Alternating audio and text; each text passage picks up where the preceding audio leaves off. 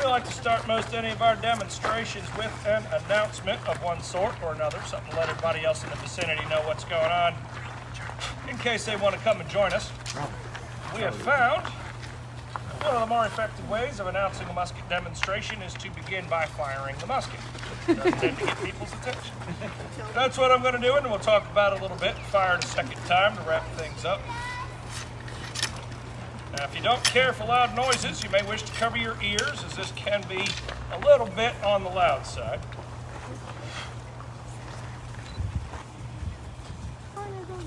Set your pace! Get iron!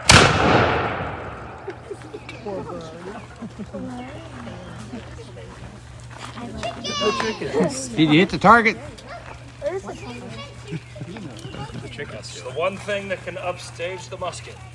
Chickens. Like I said, usually a good way of getting people's attention. What we have here is what's referred to as a matchlock musket. It's going to be the most common of the military firearms in use in this time period and rapidly becomes the main weapon for the soldiers here at Jamestown. It's going to mark a little bit of a shift. It's important to remember at this time on the battlefields of Europe, typically a third or less of your infantry are carrying firearms yet. Most everybody else is carrying something sharp, and they're intended for hand-to-hand combat. A lot of pole arms, things like pikes and halberds, a lot of use of swords, and that's why there's still so much use of armor. And as the colonists established Jamestown, their expectation is that they're going to have to fight Spain for control of the territories. They expect the same kind of fight against the same kind of foe, and they bring all the same kind of stuff. They have several really close calls with the Spanish that keeps them worried about that threat for a number of years, but don't actually end up fighting with them here. But they go through multiple periods of open warfare with the indigenous population, in this case specifically the Powhatan chiefdom. As you might imagine, the Powhatan are not going to fight the exact same way as the Empire in Spain. And so the colonists are tweaking things a little bit for a different style of combat. It should also be noted the English don't fight the same way as the Monacan or any of the Powhatan's traditional enemies, so they're having to innovate as well. Both sides are dealing with an adversary that they are less familiar with. The big change that the colonists make is coming to rely almost entirely on firearms very rapidly. So it's moving from a support role into a primary role here pretty much immediately. They felt themselves in need of some serious advantages in combat here in Virginia, and they felt this weapon gave them several. One of the many reasons why they felt they needed some advantages, they described the Powhatan warriors as just exceptional combatants, but in particular, really good at archery. And when the English say somebody else is really good at archery, it's important to bear in mind that these are the people that gave us Robin Hood. These are the people that had everybody else in Europe worried about how good they were with a longbow, and now they're worried about how good the Powhatan are with a longbow. That should tell you something. Alan? All right. We like to start most any of our demonstrations with an announcement of one sort or another, something to let everybody else in the vicinity know what's going on, in case they want to come and join us. We have found one of the more effective ways of announcing a musket demonstration is to begin by firing the musket. It does tend to get people's attention. That's what I'm going to do, and we'll talk about it a little bit. Fire it a second time to wrap things up. Now, if you don't care for loud noises, you may wish to cover your ears, as this can be a little bit on the loud side.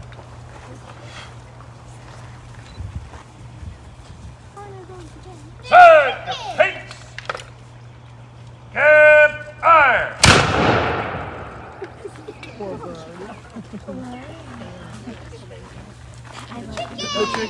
Did you hit the target? The chickens. The one thing that can upstage the musket. Chickens. Like I said, usually a good way of getting people's attention.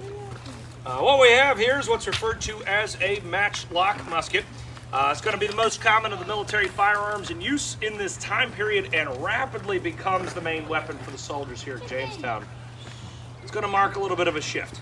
It's important to remember at this time on the battlefields of Europe, typically a third or less of your infantry are carrying firearms yet. Most everybody else is carrying something sharp, and they're intended for hand-to-hand combat. A lot of pole arms, things like pikes and halberds, a lot of use of swords, and that's why there's still so much use of armor. And as the colonists established Jamestown, their expectation is that they're going to have to fight Spain for control of the territories. They expected the same kind of fight against the same kind of foe, and they bring all the same kind of stuff. They have several really close calls with the Spanish that keeps them worried about that threat for a number of years, but don't actually end up fighting with them here.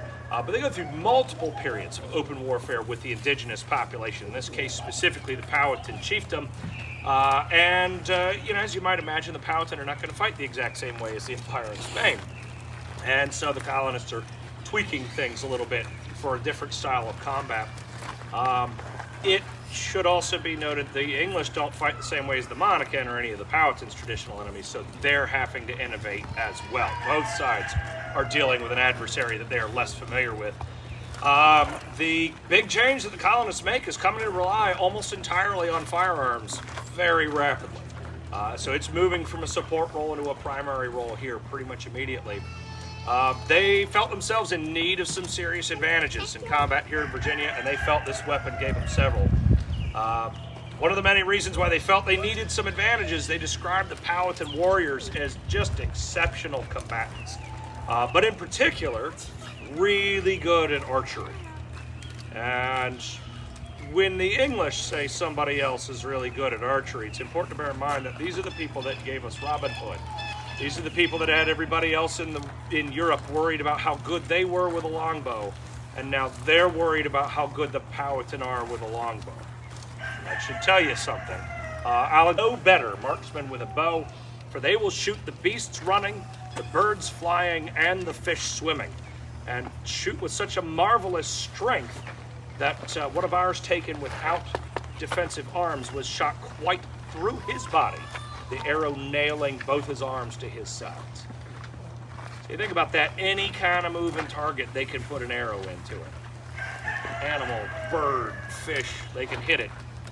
And they can do it with enough force to full-on shish kebab an adult human. Like, precision or power. It's usually one or the other. They've got both sewn up. So easy to see why the colonists are concerned. Easy to see why they remain enthusiastic about the use of armor, despite the heat of a Virginia summer, which is challenging for an Englishman to manage, and why they felt like they needed some advantages going up against that level of skill. And again, they felt the weapon here gave them several. One of those is going to be its effective range, which is twice that of the Powhatan bow. You can shoot twice as far as your adversary. That gives you an opportunity to hit him before he can even get close enough to take a shot at you. And that's not going to be a permanent advantage. Those Powhatan warriors are going to be trying to close that gap as fast as they can so that they can get close enough to fire. But at the beginning of a battle, you've got that narrow window of time, that opportunity to maybe put a stop to it before they get close enough to fire. Striking power. These weapons, they deliver a just tremendous amount of energy to the target as compared to an arrow. These are designed for defeating the armor that put archery out of business on the battlefields of Europe in the first place. They're designed for taking down cavalry horses. Now imagine if it'll drop a 1,000-pound animal, what it's capable of doing to a 200-pound animal. So again, they're just exponentially higher amounts of energy involved. Shooting further, hitting harder. Very important advantages, very useful advantages. Arguably, though, the most important advantage would be the weapon's ease of use. When we talk about those Powhatan warriors, were they born the world's greatest archers? They had to work at it, right? Practice, practice, practice. From the age of 5 or 6, typically, they're practicing to give them more than a decade before they're old enough to fight. More than a decade to build not just skill, but also strength. You need a lot of strength, a lot of physical conditioning to be able to use that powerful a bow as effectively as they do. Some of the men the Virginia Company brought here also had years of prior training and experience. May well have had a similar level of experience as compared to the Powhatan. But not everybody that they brought over here. Virginia Company needed experienced soldiers, sure, but they needed a lot of other skill sets. They need carpenters to build houses, and blacksmiths to fix tools, and bakers to feed people, and sturgeon dressers to preserve caviar to send back to England to make money for the Virginia Company. All of those different skill sets they needed to bring with them, and in pretty short order, they end up needing all of them to also help defend the colony. With martial law in place, they are now requiring everybody to double as a soldier in addition to their normal job. So imagine you're a soldier at Jamestown, but you're not one of the experienced guys that's been a soldier for years. Imagine you're a carpenter who came here to build houses, and now surprise, you get to double as a soldier, and you don't have years to build your skills. You now do not have time to ever get as good as the Powhatan warrior you have to go fight. You need an edge, and you need it fast. That's the big advantage with this. I don't need years, I don't need months, I need weeks, a couple of weeks to get you up to speed with this weapon. A couple more weeks to get you familiarized with the teamwork aspects of working with other musketeers, and in about a month, you can take the majority of the tradesmen and craftsmen and laborers that the Virginia Company brought here and turn them into reasonably proficient musketeers. Best soldier ever in under a month? No, but functional. And that advantage is going to be huge, not only allowing the Virginia Company of London to maximize the manpower they've got here for defense, but in general in allowing Europe on a grander scale to inflict itself upon the world, if you will. The colonization game is largely driven by numbers. You need people who can go and conquer vast swaths of territory. If you're relying on your warrior class, the gentry and the nobility, you got a very finite number of them, and most of them don't want to leave home forever. They're willing to go command a campaign or two, but they want to go back to the estate that the king gave them.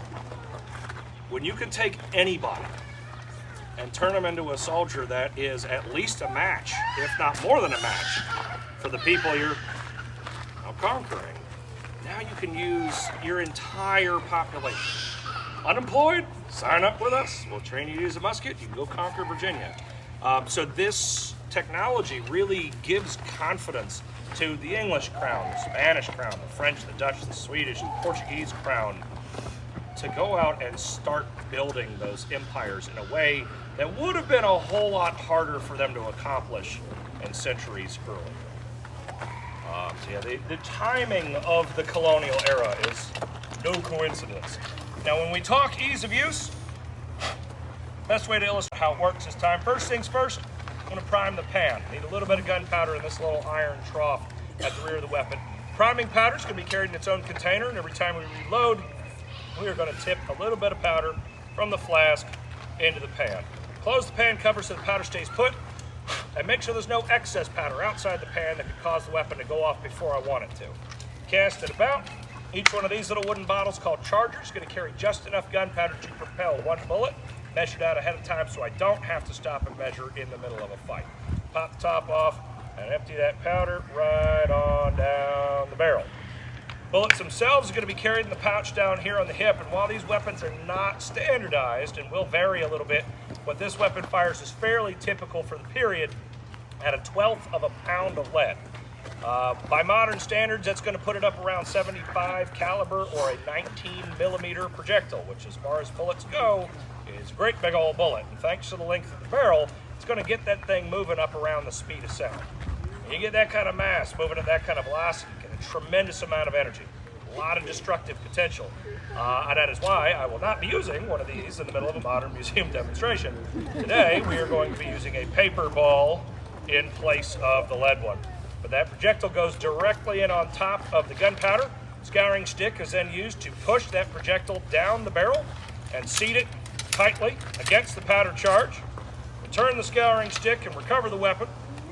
At this point, it is loaded and primed, but still not quite ready to fire. It's important to bear in mind why we use the word fire when we talk about the operation of firearms. Now, gunpowder doesn't just magically go off when you pull the trigger. You have to set it on fire. It has to be ignited. Now, pretty much every firearm invented after the matchlock has some mechanism by which it makes its own fire when it needs it. This weapon does not, and so I carry my fire around with me in the form of a burning length of rope called match. I'm going to make sure that match is burning nice and hot. Affix it into the serpentine. Check to make sure it's going to land in the correct position. And all it's left to do is to open the pan, exposing the powder, aim the weapon and squeeze the trigger, which is simply going to dip the burning rope into the gunpowder in the pan, which will flash and ignite the main charge. Got all that? Ready for the quiz? To summarize, it's a little bit of gunpowder in the back, more gunpowder and a bullet down the front, stick burning rope in. Pretty straightforward. All What we'll do here is fire this round, load and fire a second round without explaining anything, just to give you an idea of what that process is going to look like when you're not stopping to talk about it, after you've had those couple of weeks of training to familiarize yourself with it. An important thing to note, teamwork is key in any combat situation with any weapon. You want to be out there with a team watching your back, but with this specifically, you need to be out there with enough people that you can take turns firing and protect each other as you reload. It's not a rapid reload system. Again, it does tend to be a little on the loud side, so you may wish to cover your ears. Set your pace and fire! Make ready your pace!